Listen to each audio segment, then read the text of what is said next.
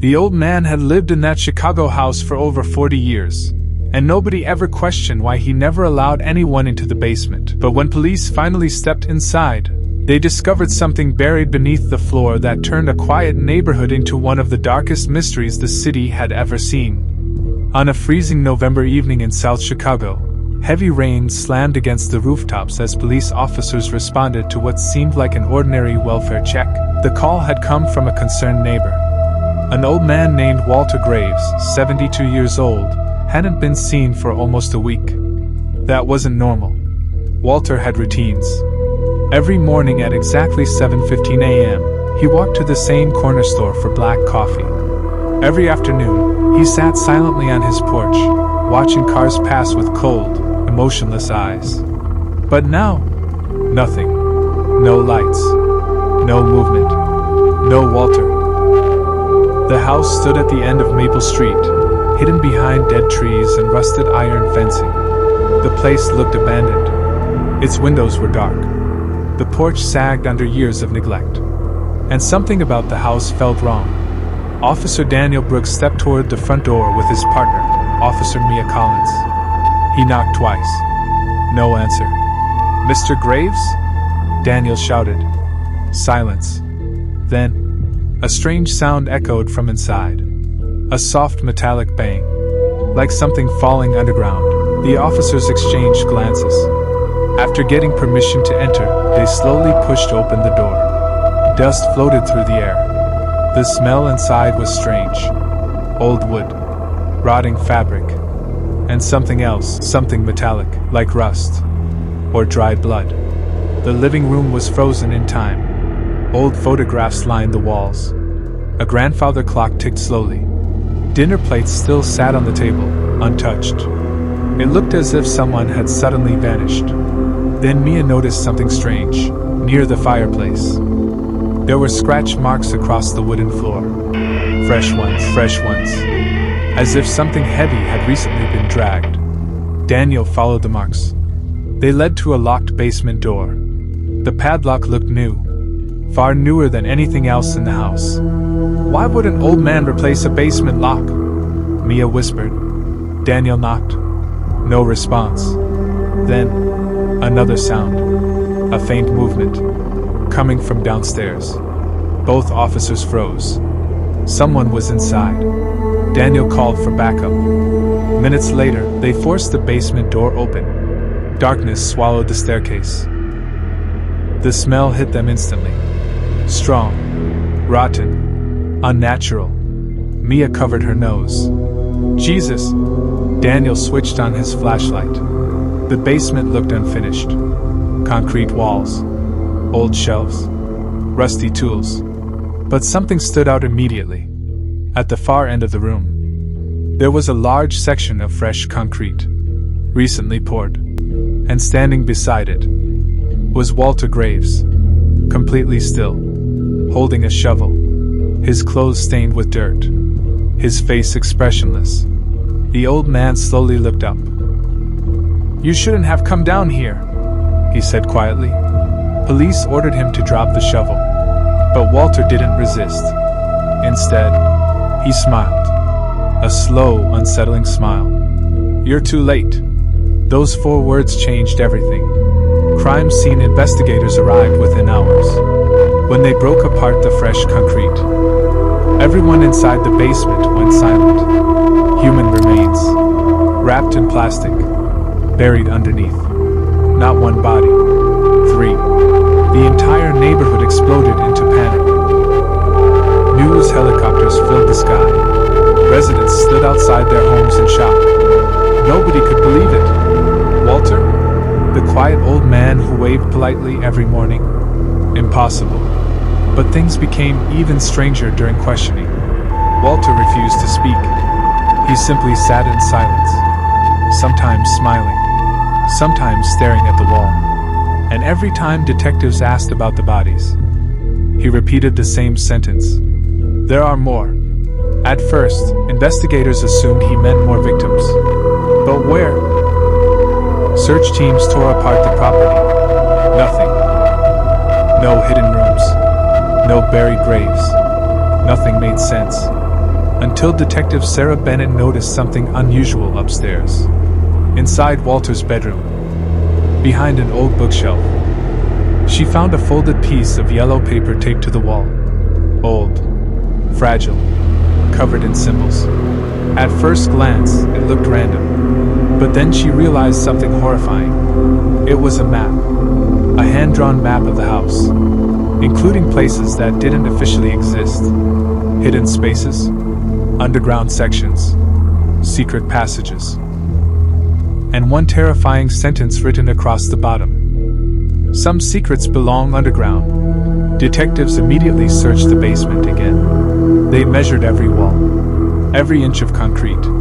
Then they found it. A section behind metal shelves sounded hollow. Officers tore it apart. Hidden behind bricks. A narrow tunnel.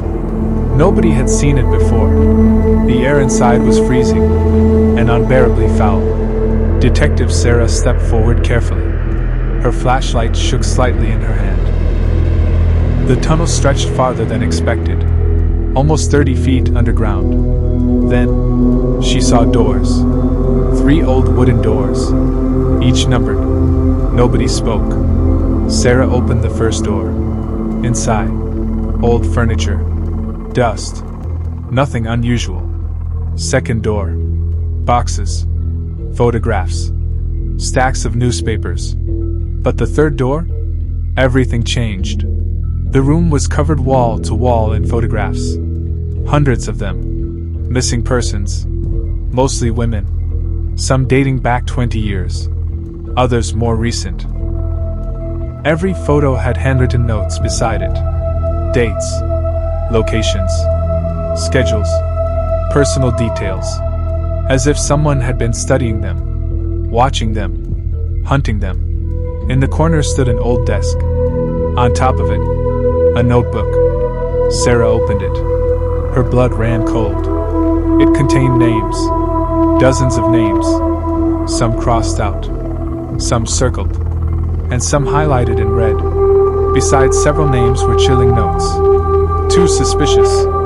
Wrong timing. Perfect opportunity. But one name stood out. It wasn't crossed out. It had today's date beside it. A woman named Emily Harper, age 28. Address listed. Detectives moved instantly. Police rushed to Emily's apartment across the city. When they arrived, the front door stood open. Furniture overturned. Signs of struggle everywhere. But Emily was gone. A witness told police they had seen an old truck parked outside hours earlier. Gray pickup. Rust on the doors. Exactly matching Walter Graves' vehicle. Suddenly, everything became a race against time. Walter had taken someone, and she might still be alive. Back at the station, detectives pushed harder, but Walter remained silent. Then Detective Sarah placed the notebook in front of him. His expression changed. For the first time. Fear. "You found the room," he whispered. "Where is Emily?"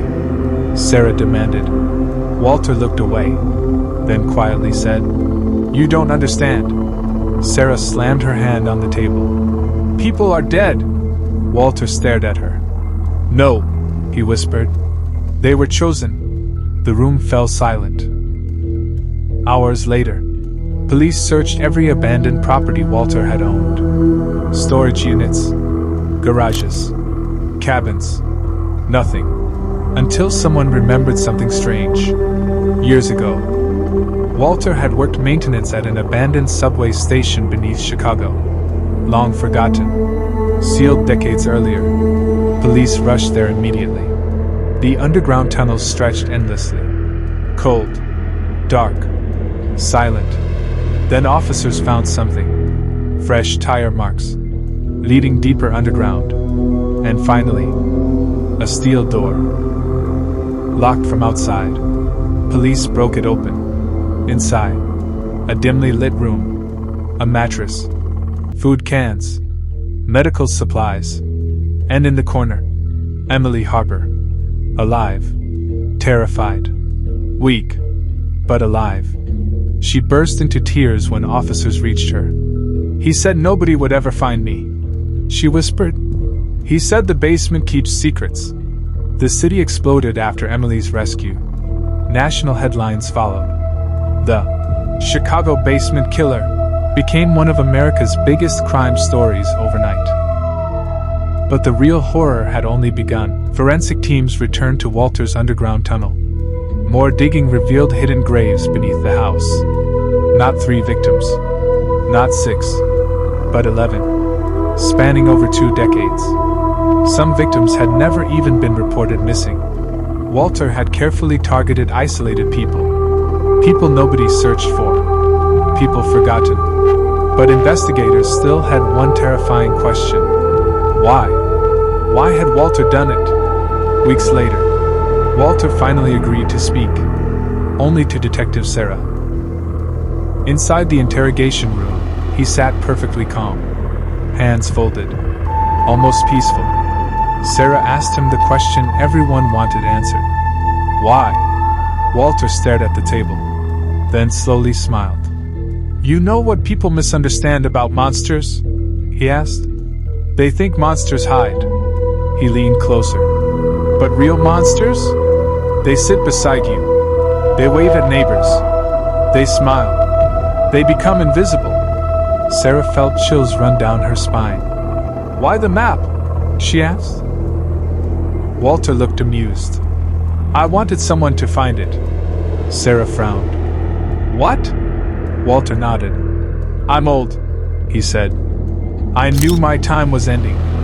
But secrets? He smiled again. They always want to be found. Before Sarah could ask anything else, Walter whispered something so quietly she almost missed it. There's one place you still haven't checked. Police searched again. Days passed. Nothing. Until officers tore apart the fireplace upstairs. Hidden behind bricks. They found a tiny metal box.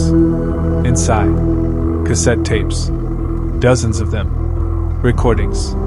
Every victim. Walter had recorded conversations.